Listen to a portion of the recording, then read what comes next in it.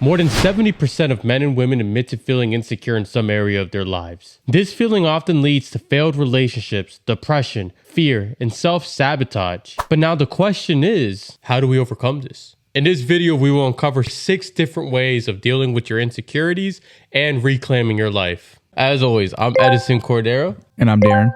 And we are the founders of Brawn Lifestyle. We will not speak on anything we personally don't have any experience with. So without further ado, let's jump right into it. I believe one of the most important things primarily in order to overcome insecurity within yourself is to practice self-love as opposed to self-loathe.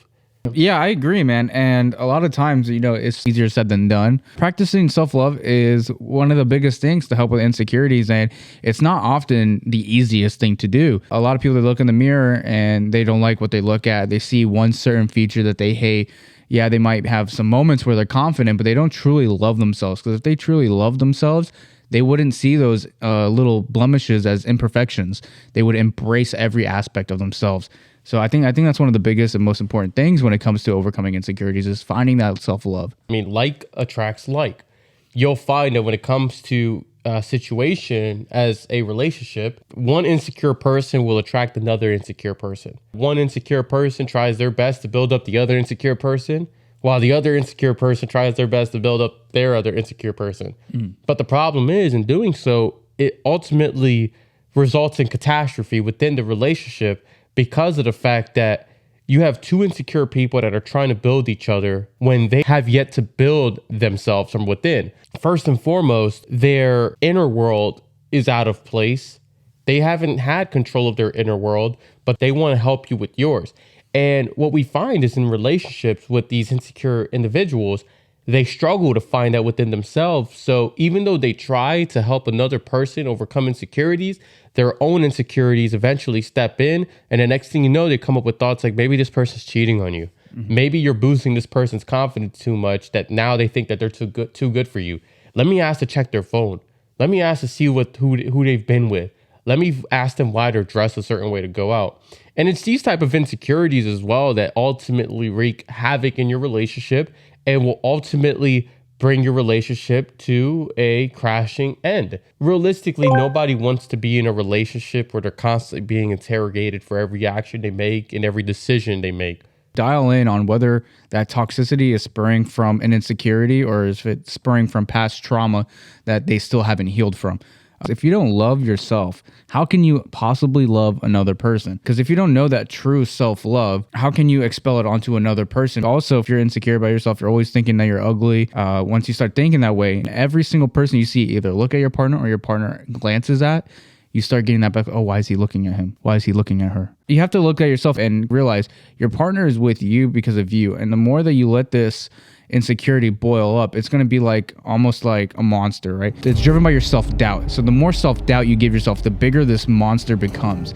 And eventually this monster is going to become so big, it's going to wrap around you and just control every aspect of your life.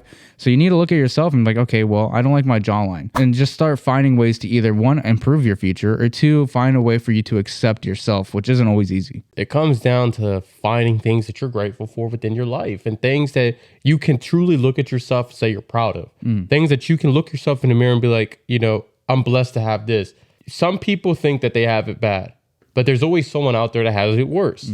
But when you have an insecure mindset, everything to you is a flaw. If any of you watching at home have noticed, within our last podcast, all of our previous podcasts, one of the most important things that Darren and I stress is self-discovery, learning more about yourself, and actually taking the time necessary to figure out what actually makes you happy, what truly drives you, what are you actually passionate about, and what are you grateful for in your life, even if it's something very, very minimal. If it's something small, the small things can lead to big results. Because at the end of the day, overcoming insecurities is not something that's supposed to be easy. There's going to be times in life where you feel like you're down, you feel like there's nothing for you to give because you don't think you have the capacity for growth and love that you so desperately desire. However, there's eventually going to come a point in your life where you do some self-reflection And upon self-reflecting, your mirror image of what you thought was an overall disappointment and catastrophe ends up becoming this beautiful image of what you could create. It becomes a beautiful image of what you have potential for. And it's first discovering yourself and discovering what truly makes you happy and what truly drives you in this life. Don't try and base your life off of the standards of someone else. Create your own standards and let that be your leverage to discovering yourself and developing the self-love necessary in order to love other people. Usually someone that doesn't love themselves, they're going to look in the mirror and they're going to talk down on themselves. They're going to point out every flaw. So a good way for someone to start the process of learning how to love themselves, look in the mirror and try to find one good thing about yourself and be like, okay, I love my eyebrows. Right. And just go in there like, I have nice eyebrows. And you just slowly every day you reinforce that and reinforce it. And then after you reinforce it enough and you will move on to another feature. And eventually you're going to find more things that you love about yourself than you do hate. And eventually your brain will now focus on the love rather than the hate. And often or not, what your brain is designed to do is you're going to be more likely to bring up traumatic experiences or things that are negative so you can avoid it. So through repetition and habit, you can force that thought process out of your mind and just start focusing on the good. That leads me to my next point when it comes to overcoming this feeling of insecurity within yourself, and that's stop overanalyzing things. If you want a better idea as to how to accomplish this, be sure to check out our other videos, especially our most previous one where it comes to managing anger. This part is one of the most important parts because it has a lot to do with your overall psychological and emotional state. Overanalyzing situations is when you learn to stop overanalyzing situations, you learn to control your emotions. And on top of that, you also learn to control your thoughts because your thoughts will lead to actions. If your thought of yourself is, oh, I'm not worth enough. I'm not worth anything. I'm a piece of shit. Being with me is a waste of time for anybody. There's never going to be a happy situation that you're going to be in terms of life or in a relationship where you don't ultimately fuck up because of your own self-belief. Over analyzing situations too also come down to, let's say you're with your significant other, and then let's say she said, okay, I want to have a girls' night out. I just want to hang out with my friends. And the entire time in your mind, you're telling yourself, well, fuck, how do I know she's actually with her friends? Well, fuck, why would she want to go out without me? What if she meets another dude out there? What if she gets fucked up with her friends and then a dude ends up making a move on her? Oh, fuck, what if some guy is more handsome than me that's out there?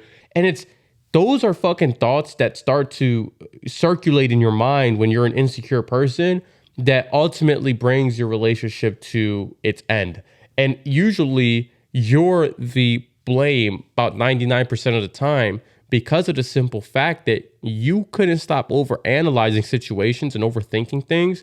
So because of that, you went ahead and you already assigned a scenario that was never there to begin with and portrayed it onto your relationship, which is what usually causes people to be jealous. Usually what causes people to feel like someone's out to get them or feel a certain way. Learning to stop overanalyzing situations is going to be the progress that's necessary in order for you to be happy within yourself and in order for you to grow. And overanalyzing situations can also come like when you're meeting new people and in your mind, you're like, oh, well, what if they don't like me? Oh, well, what if they don't approve of myself? Or what if they've noticed something about me that they don't like? What if these people reject me? And what I'm going to say is stop being scared. There's a lot of people that are not outgoing, and I understand that. But the reason most people are not outgoing is because you're either scared that somebody's out to get you, you're scared that somebody's going to reject you, and you're scared that somebody's going to talk shit about you. And the fact that you care so fucking much about what these people think about you show how weak-minded you are. And unless you learn to control your emotions, you're not going to amount to anything in your life, because for the entirety of your life, you're going to be so fucking consumed within your own thoughts that you're never going to give yourself the potential. You're never going to give yourself the ability to actually fucking do something productive for once, because the constant thought on your back of your mind is, what if this person doesn't like me? What if this person rejects me? God forbid someone does reject you. Wow. That's the fucking end of the world for some people. But understand that there is often truth in learning from these experiences. Stop being afraid. Stop being scared to go all in. Stop being scared because you're wondering what someone thinks about you. Because oftentimes You're wondering what someone thinks about you, and they're fucking wondering what you think about them. Who gives a fuck at the end of the day? Yeah. I think there's two options here of why people may be feeling this way, whether it's from the first example that you brought up with a relationship and they're going out and you might notice that they smell a little better than they usually do, versus them being overall just timid and scared because they lack the experience of going out there and meeting people. So one, there's two ways. You have lack of experience, so you're afraid, like you were mentioning, to go out there and be an outgoing person and talk to people. And humans tend to fear rejection. It's built into our psychology. We don't like rejection. Nobody does. So I think it's important to look through the lines to see if it's a lack of experience or if it's brought to by past experience, right? So if you're dealing with something in the recent times, and I would consider something recent and now to be 18 months, that person of you 18 months ago isn't you today. Say that you got cheated on. So now your walls are constantly always built up. Your brain uses trauma to avoid further pain, right? It's like how if you touch a hot stove and it's like, oh shit, that burned, let me not touch this hot stove anymore. It's the same thing with emotional trauma and emotional damage. So what you need to do is not really be like, why did this happen to me? Because then that's going to bring in a chain of other thoughts. And those thoughts, what they will lead to is you being like, okay, well, I thought this person genuinely loved me. Now I don't know who this person is anymore. So your memories then become clouded and you're like, what is this? What are these memories? And you're like, I don't know. I was so stupid. I couldn't see that. So all these memories are fake. And then you're going to start thinking further about yourself and think like, well, what I thought was true isn't really the truth. And how do I know who I am?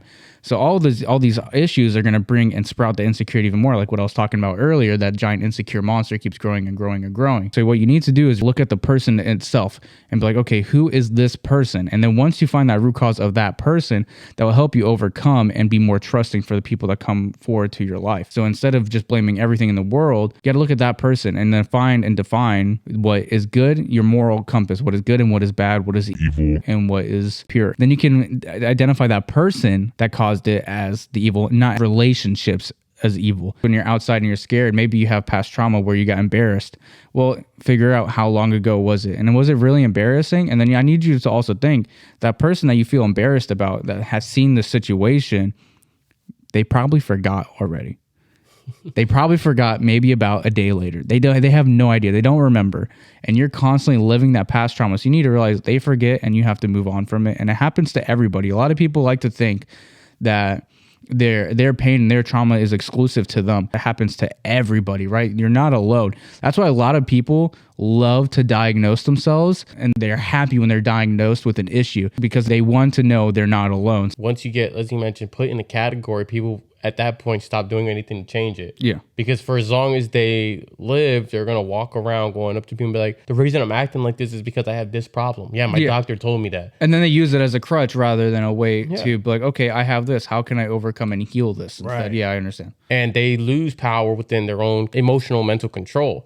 And that is going to lead me to my next point, which is stop blaming your past.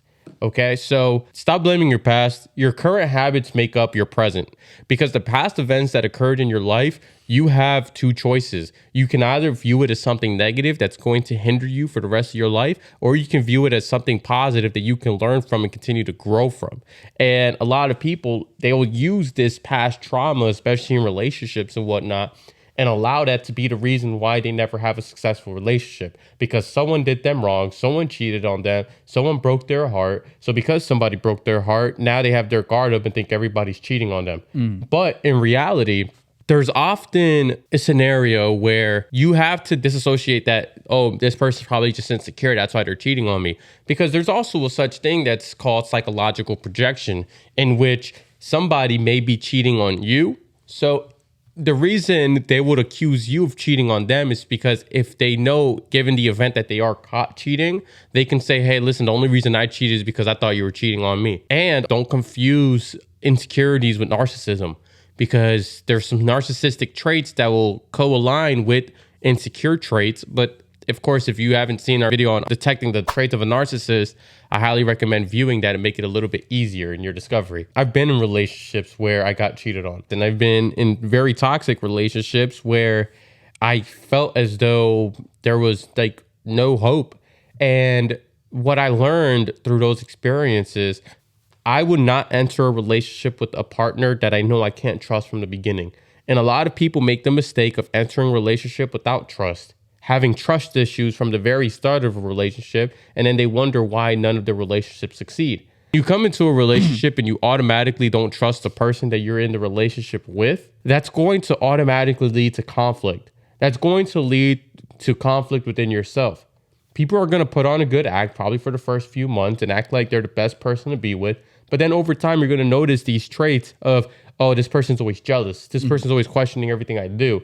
And if that becomes the case scenario in the beginning of your relationship, there's always going to be an end. And that end is always going to come rather soon. So coming into a relationship with trust right away, a lot of people are going to be like, oh, why the fuck would I do that? That's just setting yourself up to get hurt. The idea is this. You go in with trust, and it's up to the other person to either maintain that trust within you or ruin that trust that you have for them. Yeah. Don't make that decision on your own. Don't come to that conclusion before you even get to know the individual. And that's what's helped me in my current relationship. And that's why my current relationship has been the healthiest it's ever been for me. Yeah, and I think that roots back to what I was saying before is when you do have that past trauma, don't associate with all relationships as what you experience, but instead you got to look at it as you got to find your moral compass of good and bad, and now pinpoint that bad stuff to that specific person.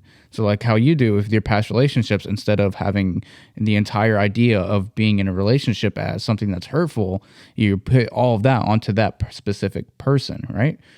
So I think that's a very powerful way of not being insecure when you enter a new relationship, is seeing it as that's the person that did you wrong versus this is the thing that did you wrong. Right. And here's one thing that needs to be understood at the end of the day is you're going to go through heartbreak. It's inevitable. That person you thought was going to be your everything may end up leaving you with nothing. Sometimes the people you love the most, you can trust the least. Despite everything that goes on, there's a lot of power in going through these tough times. There's a lot of power in going through these tough relationships that ultimately end in heartbreak and an emotional disaster, and being able to learn something from it. The person that you thought was going to be with you forever may not be the right one for you, but they might teach you the biggest lesson of your life. These are the certain events that are going to teach you a lot about yourself. Frustration, pain, and obstacles are the inevitables in life. Our approach to these circumstances have a large impact on how we perceive the world. Don't base your life around trying to avoid adversity and repressing negative moments in your life or negative experiences. At the end of it, make it your objective to learn from these obstacles. Because through every failure, if there's a lesson to be learned, you've succeeded. If you failed, but you learned something, you've succeeded. If you failed 3 times, but you learned 3 lessons, you've succeeded. The only time you fail completely is whenever you go through a troubling situation, whenever you go through a situation that tempts you to feel a certain way, and you turn your back and you give up completely and you say, fuck it, I can't do this anymore. Times are too tough for me. This is the worst thing that's ever happened to me. I'm going to live my life in a shell. Mentally, in their mind, they put themselves in the shell and they refuse to get out of it until something eventually comes that forces them to get out of it. Yeah. Because at the end of the day, they don't have the discipline edge enough to get themselves out of that situation because they think that something is always bound to happen to them. A lot of times during conversations that people may have, they will sit there and be like, well, I did this because you did this. And then they're like, well, I did that because you did this. And they start blaming the other person instead of confronting the issue at hand. Eventually down the line, our argument is coming up with a point of, well, why am I with you? Why are we together? And you never want the argument to lead to that point, because then you're questioning, why are you even with this person? So Darren, let me ask you this. Do you believe in imposter syndrome? And do you find that there is some truth in imposter syndrome? Imposter syndrome derives down to insecurities, right? So insecurity is not bound just by relationships or personal, right? It can be career-wise as well. So if you're feeling imposter syndrome, there's some form of insecurity about yourself and the position that you are in. If you're facing imposter syndrome when you go into work, it's because deep down you don't feel like you're the right fit for the job. What imposter syndrome is that you sit there and you feel like you're playing a role that you're not meant to be or you're supposed to be. For example, you're running a business and you have employees you need to take care of, but you come into work every day and you're like, what the fuck am I doing with my life? This isn't for me. Why am I managing this business? I can't do this. I feel like a fraud. Right? That comes down for some form of insecurities making you feel this way. In imposter syndrome, there's usually some truth in it. Because the reason you're feeling a certain way is because deep down inside, you know that you're not living up to your full potential. You know that you're not living within the means of your life that you were supposed to set out for yourself.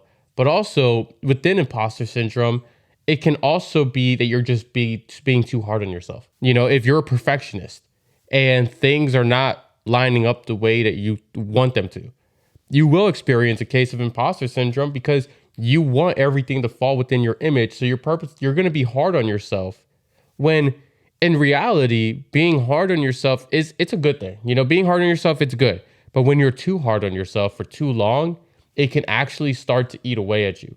It can actually start to ruin your self-esteem. It can actually start to ruin your ambition and drive.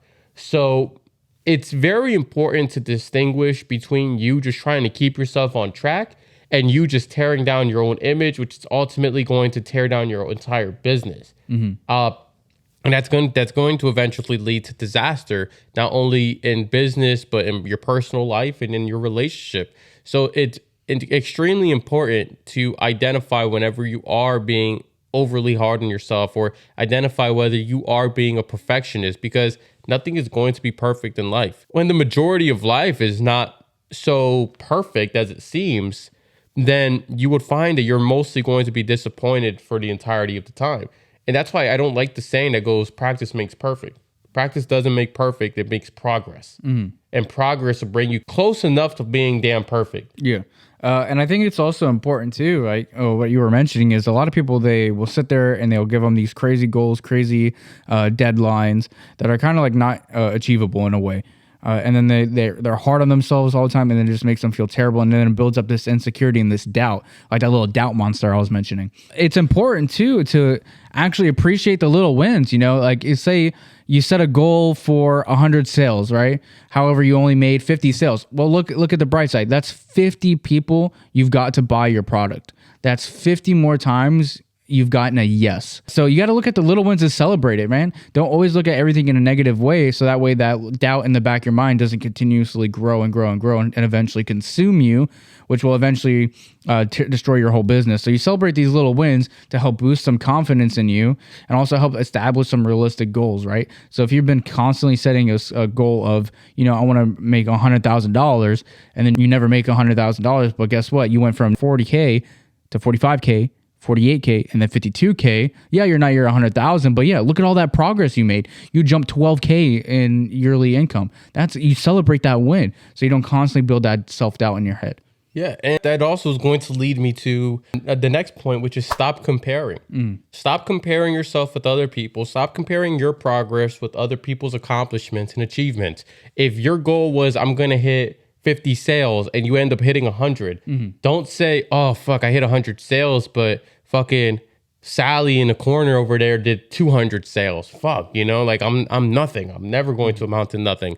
And don't enter a business. Don't enter a new avenue in life and try and focus on comparing yourself with what other people are doing. Don't say, hey, listen, I want to start creating content. And then as soon as you start creating content for the first month or the first 2 months, you're boggling your mind with thoughts of, oh, well, but look at how these people are blowing up. Look at how this person's blowing up faster than me. Look at how this person is extremely successful now. And I'm just here making content, not getting paid for it, not getting any views or any acknowledgement. It will come. Yeah. Consistency is the key to growth. But if you're constantly in your own head about comparing yourself with the achievements of others or comparing yourself to what other people are doing, then you're never going to be satisfied in what your current accomplishments are. Same thing in relationships. If you're constantly comparing yourself with other men or other women when you're dating somebody and you're comparing yourself with their ex and you're like, oh, well, I don't look as good as this person, or, oh, I don't have half of the things going for me as this person does. Fuck, you know, and then boom, insecurity kicks in. Yeah. Insecurity kicks in and you start to project that in life and into relationships. Yeah, and I think within the business aspect or job aspect, it's important to not compare yourself with other people because you don't know how long they've been in the industry for. Right. You don't know how many hours of work they put into. So the only thing you do know is yourself. So you should only compare yourself to how you were before. So you don't compare yourself to Sally. Compare yourself to how you were a week ago. Okay, well, a week ago, you only made 5 sales, but guess what? This week, you made 7.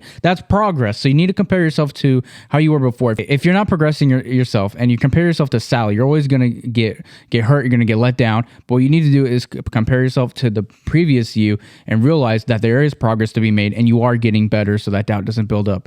And I think another big one, too, is not really inside the business industry, but a lot of people they suffer with this insecurity, and that's going to be with people in the gym, and that's going to be in our industry. A lot of people, what they're going to do is they're going to work out and they're going to make crazy progress, and then all of a sudden they're going to have muscles, they're going to look good, but when they look at themselves, they're comparing themselves to people like fucking C-Bum, Mr. Olympia, and they're like, man, I'm not big, I'm small, but they don't take the time to actually reflect and look on themselves and compare to how they were a year ago.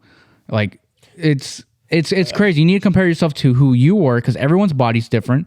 Everyone's thyroid is different. Everyone's metabolism is different. Compare yourself to your previous self. And it's like you said, in the fitness industry, it's over polluted with people that, and this is where this whole body dysmorphia thing comes from.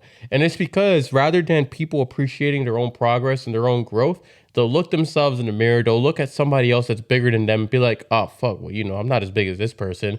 Or they'll hit a new milestone. They'll bench 225 for the first time, but then they go on Instagram and see someone benching 315, and they're like, fuck, well, 225 is nothing, man. I don't know why I can't get to 315. I don't know why I can't achieve what they're achieving. And then they look at other people's physiques, and they're like, man, I wish my physique was like that. The next thing you know, they're less than a year in, or they're just about a year into their fitness journey, and they're already considering enhancements. Yeah, they're already trying to hop on a cycle and things of that nature when they haven't given their genetics the opportunity to actually grow to its full potential. Yeah, exactly. So like the first year of you, or first 2 years, I would say, is nothing but straight fucking newbie gains. And if you're at that point where you're a year and a half in, but if you're looking at people that are sitting there, they're fucking shredded, they're massive, and then you look at yourself like, man, I'm not as big as them. Well, they probably put in 7 years of work, or guess what? You're looking at their Instagram and half the fucking photos are overly fucking edited and photoshopped, but you fail to see that because all you see is looking at yourself like, oh, my arm is not as big as theirs. And then you're like, man, I'm not growing as much, but yet you're not eating enough protein. So you're not allowing your muscles to grow. And then you instantly think, oh yeah, let me go. I need to hop on a cycle, bro. I'm so weak. I'm so small. I need to hop on a fucking cycle. No, what you need to do is fucking look in the fucking mirror and realize you actually made progress, and quit being so fucking stupid that you think you need to ruin your body with HGH and enlarge your fucking organs so you can die at 40 instead of living a healthy lifestyle where you can grow and prosper. Liver King. And that's exactly it. And a lot of people, they allow this to become their life, where they're going to be in a constant battle with their progress versus somebody else's fucking progress. And the same thing goes for business. And usually within business, it sounds like this. Somebody's on the journey to success. Somebody wants to create something. Most often content creators, they'll start trying to create something, and then they're like, fuck, all these people that are successful, they're all successful because they're somebodies. I'm never going to be successful because I'm a nobody. I can't blow up. I can't do high numbers because I'm a nobody. But what they fail to realize is everybody that's in a position that they're in now with success and wealth and things of that nature and prosperity, they're in that position because eventually at one point in their fucking lives, they started off as a nobody. They built themselves to become the person they are now.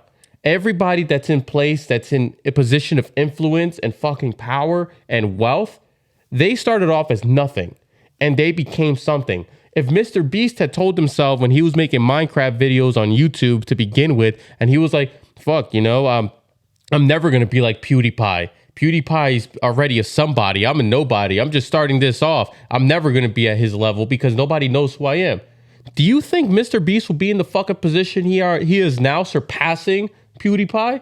Fuck no. No, but he set a goal. He found his Goliath. His Goliath was he wanted to have more fucking followers and subscribers than PewDiePie. And he let that be his driving force. He didn't compare himself to PewDiePie. He compared himself with his previous self, and he used that to continue leveraging, continue finding ways to improve. That way he can beat his Goliath, which was PewDiePie. Yeah, and so I think comparing yourselves to others is one of the worst ways for insecurities to build up.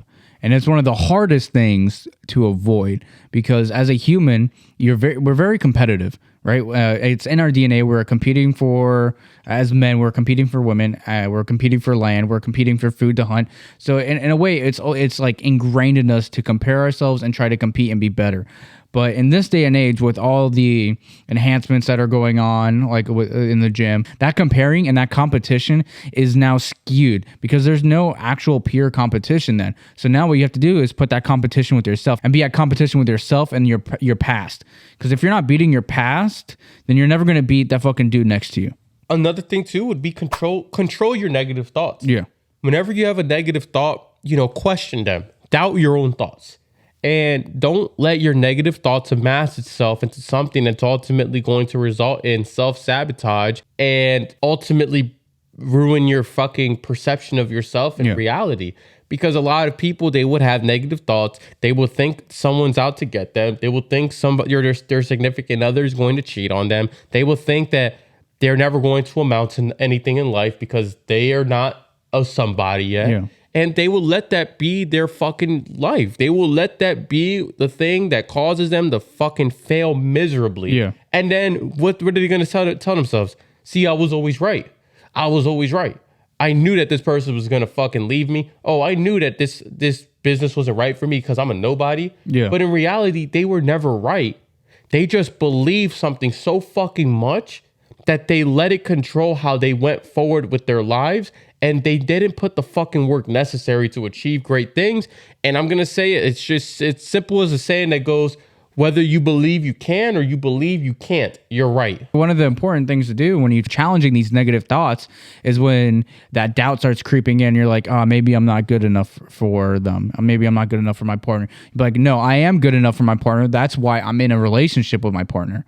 Right. And you reinforce that. You reinforce the positive mindset rather than feeding into the negativity. And then when it comes to business, it's, oh, my business will never grow. It's going to fail. I'm not right for this. It's like, I will learn how to grow and succeed. I will push forward. I will gain the mental fortitude and grit necessary to achieve my goals and dream. I will not fail, right? And so you bring this negative thought into something positive that you can overcome. At the gym, it's, I'll never be able to get big as that guy. I'll never be able to bench 315. It's like, no, I will fucking work hard. I will eat right until I fucking puke of protein, and I will gain the muscle, and I'm going to fucking lift 315. I don't give a fuck. So you gotta challenge the negativity and act and fight for the positive in your life, or guess what? You're going to be fucking swallowed.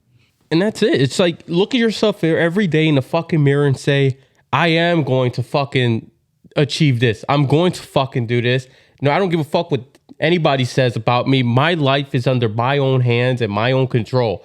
If I want to be a certain, if I want to accomplish this within this time frame, I'm going to make it fucking happen. And I'm willing to die in the process of doing so. Mm-hmm. But when you let your negative thoughts control your entire life, first of all, that's not going to work in a relationship. Nobody wants to be in a fucking negative environment their entire lives. And I'm going to trigger a lot of you men, but women don't want to babysit your emotions. They've got their own shit going on. Last thing they want is to get into a relationship with a man who has no emotional self-control, that they're trying to put all of their burden on their significant other.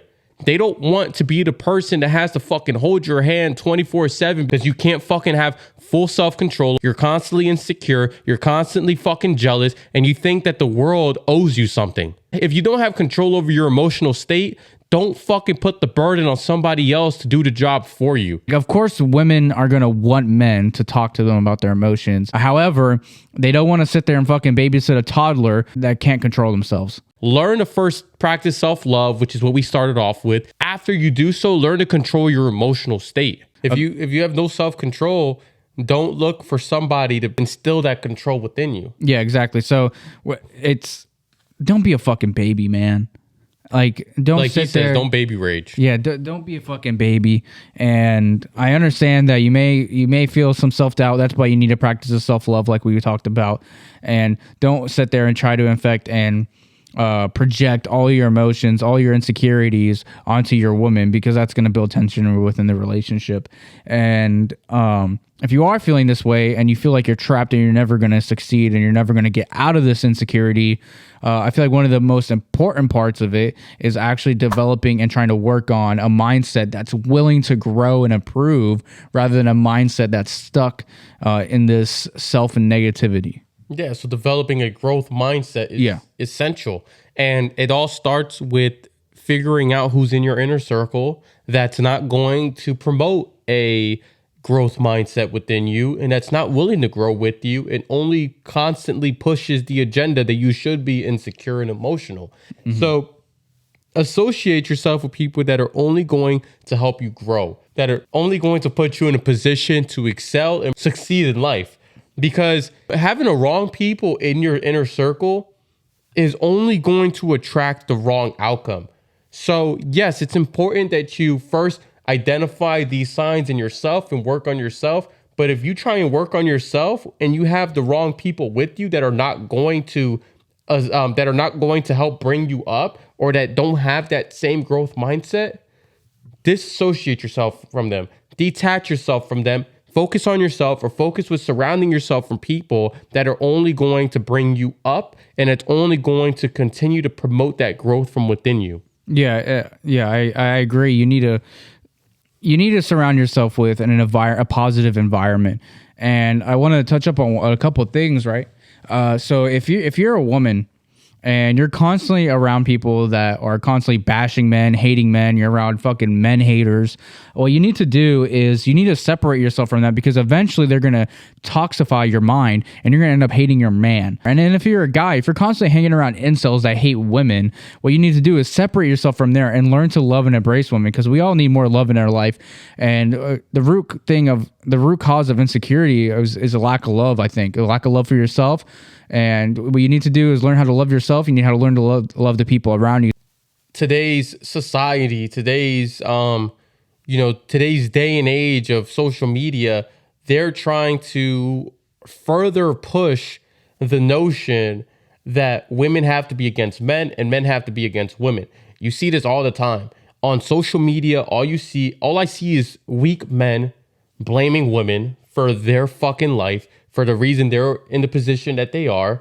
And then I see weak women blaming men for the reason why they find it hard to love, for the reason why they're fucking crazy. Like, people find fucking satisfaction in bragging about their craziness. Yeah. There's nothing fucking to brag about that. All you're doing is letting people know that you're the biggest fucking red flag out there. Yeah, and I think what you need to do is, when a lot of those root causes of either hating men or hating women comes from an insecurity deep down. So in deep down, you're insecure about how you look and how you are. So you project that insecurity into a negative form of hatred towards the opposite sex. And I think that's powerful. And I think what they need to do is learn a little bit more self-love, because once you love yourself, you can love everybody.